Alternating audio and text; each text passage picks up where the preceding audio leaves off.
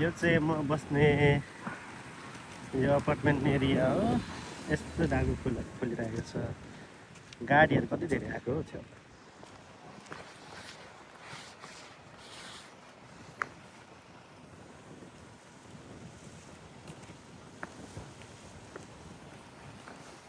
जनकजी गइरहेका छ त्यहाँ।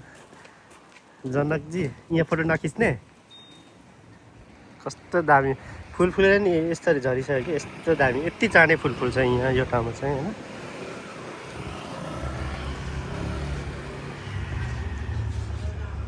म बस्ने बिल्डिङ चाहिँ त्यो।